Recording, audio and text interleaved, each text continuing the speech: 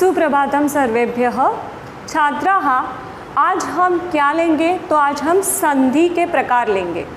ठीक है, तो संधि के क्या प्रकार होते हैं? तो यहाँ पे लिखे हैं स्वर संधि, व्यंजन संधि एवं विसर्ग संधि। ऐसे ये 3 प्रकार हम देख रहे हैं।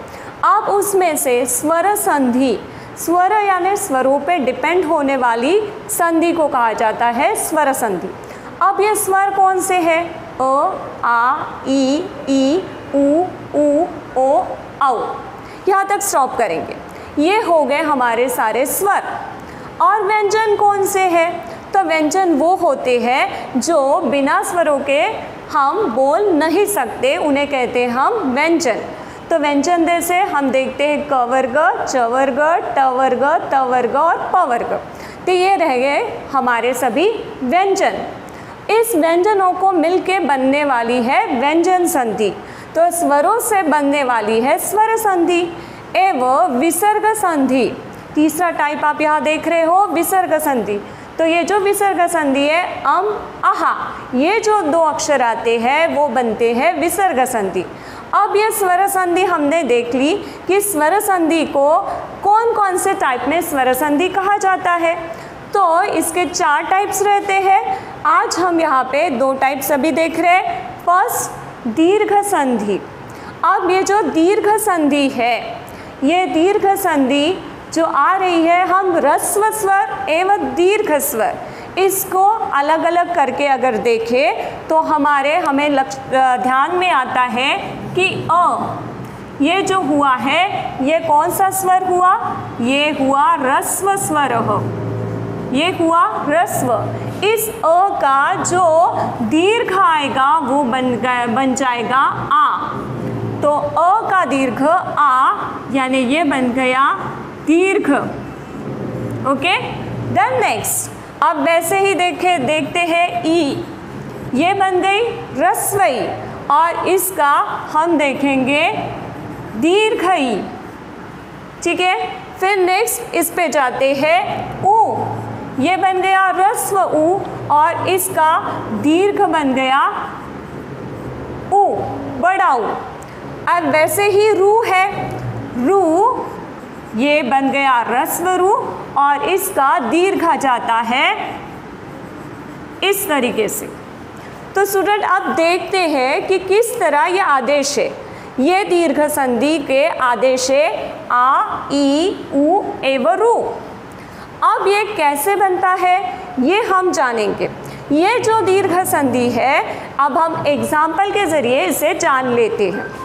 तो हम फर्स्ट देखते हैं, फर्स्ट एग्जाम्पल, राम धन अनुज हो।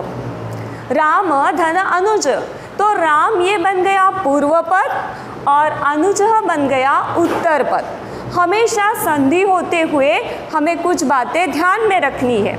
जैसे रामानुज बन गया तो राम धन अनुज, ये जो म है आपको दिखाई दे रहा है, यहाँ पे म जो है, इस म, इसको कहते हैं व्यंजन।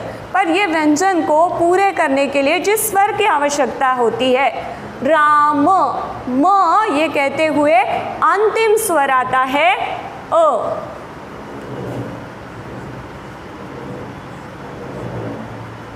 अंतिम स्वर आ गया यहाँ पे अ, और यहाँ पे आ गया उत्तर पद का पूर्व स्वर जो है वो आया अ, यानी यहाँ पे ये बन गया अ धन अ इज इक्वल टू आ। अ धन अ बन गया आ और यहाँ पे रामानुज, यानी यहाँ पे आगम आ गया और ये दीर्घ संधि का आदेश है रामानुज। यानी कोई भी अ धन अ धन आ और आ धन आ भी आएगा आ। फिर नेक्स्ट देखते हैं नदी धन ईश हो। अब नदी धन ईश हो, इसमें हम देख रहे हैं नदी, इसका जो अंतिम स्वर है नदी, इसका अंतिम स्वर आ रहा है, देखा जा सकता है ई, अंतिम स्वर आ रहा है ई। और इसे हम जोड़ देंगे पूर्व पद के पहले अक्षर से, यानी पहला जो अक्षर है वो भी स्वर आ रहा है ई।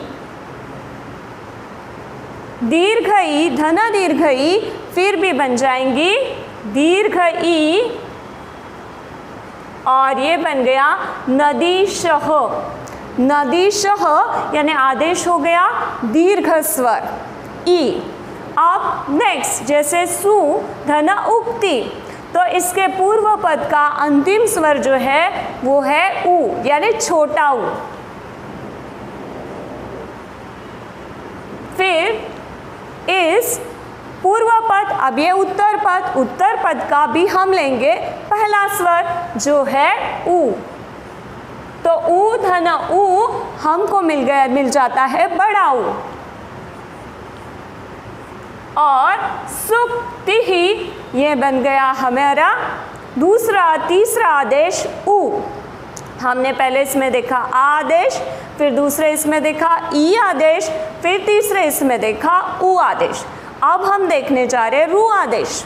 कैसे होता है ये? मातृ, इसमें मातृ, इस पूर्व पद में जो अंतिम स्वर है वो है रु, तो आता है छोटा रु। स्टूडेंट ध्यान से देखो, यहाँ पे आता है छोटा रु।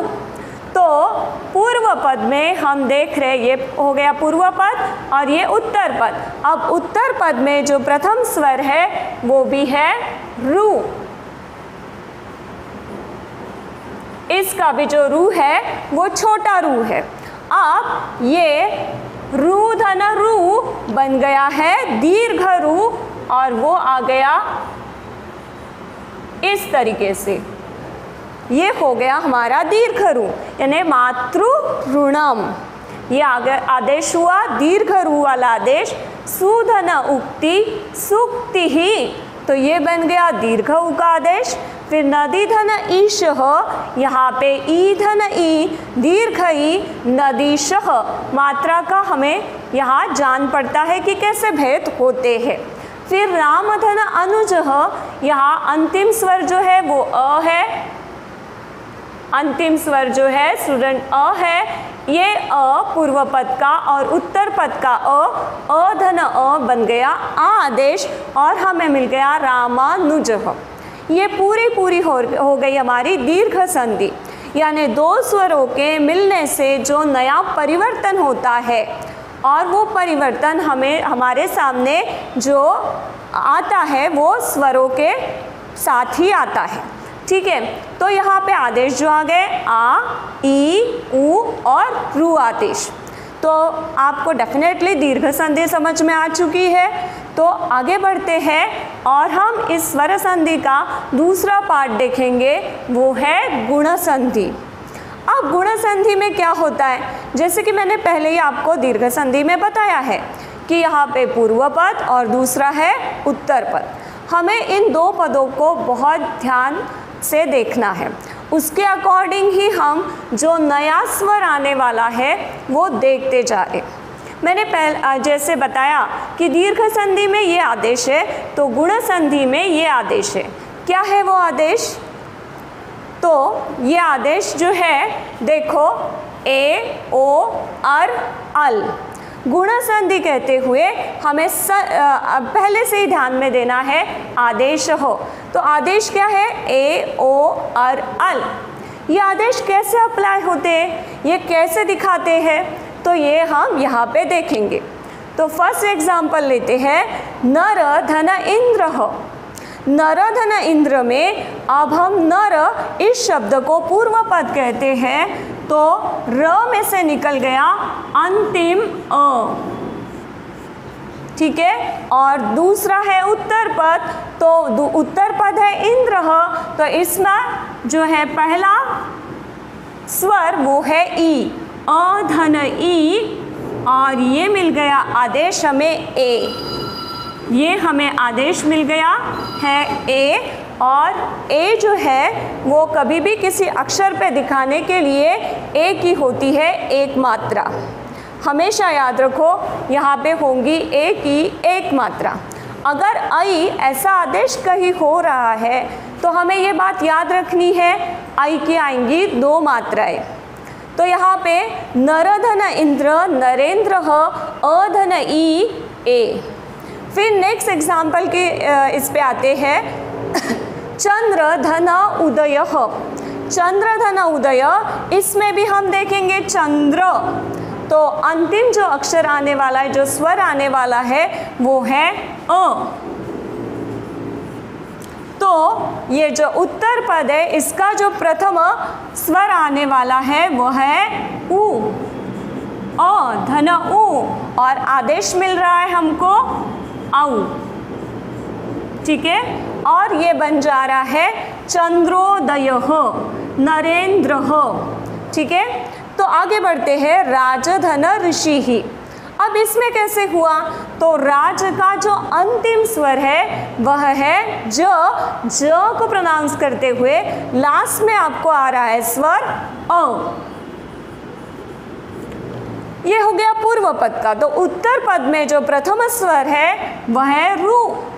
अब इसको हम लिख लेते हैं अधन रु, और आदेश मिल रहा है हमको अर, आदेश मिल रहा है अर। और ये आदेश लेते हुए यहाँ पे हम देख सकते हैं राजर श्री, यानी ये जो मात्रा दिख रही है वो मात्रा हमें बता रही है र। ये मात्रा हमें बताती है र आदेश, यानी अ जो है वो राज में मिक्स हो जाएगा और वहाँ र की मात्रा श पे चली जाएंगी। स्टूडेंट ये बात हमेशा याद रखना है आपको। छोटी छोटी चीज़ें अगर आगे जैसे एग्जाम्पल आते जाएंगे वैसे हमें देखती जानी है। देन नेक्स्ट है एग्जाम्पल माला धन लुकार हो। अब माला, इसका अंतिम जो स्वर है वो क्या आएगा, आ। इसका अंतिम स्वर आ गया है आ। ये हो गया पूर्व पद और ये है उत्तर पद। तो उत्तर पद का प्रथम स्वर जो है लू, तो ये हम लिख लेते हैं लू, और इसका आदेश है अल। इसका आदेश है अल, और हम देख सकते हैं मालल कार हो। ठीक है, ल ये हलंत है स्टूडेंट, ल ये हलंत होने से इस ल से वो जुड़ गया है, और हमने देखा ल से जुड़ने, ल निकल चुका है और इस क से जुड़ा है और हमें मिल रहा है मालल कार हो। तो ये हो गई हमारी गुण संधि और ये हो गई हमारी दीर्घ संधि। तो आपको डेफिनेटली अगर समझ में आ गया है तो आप रिप्लाई कीजिए। अगर आपको कुछ क्वेश्चन है तो ज़रूर पूछिए। Thank you very much.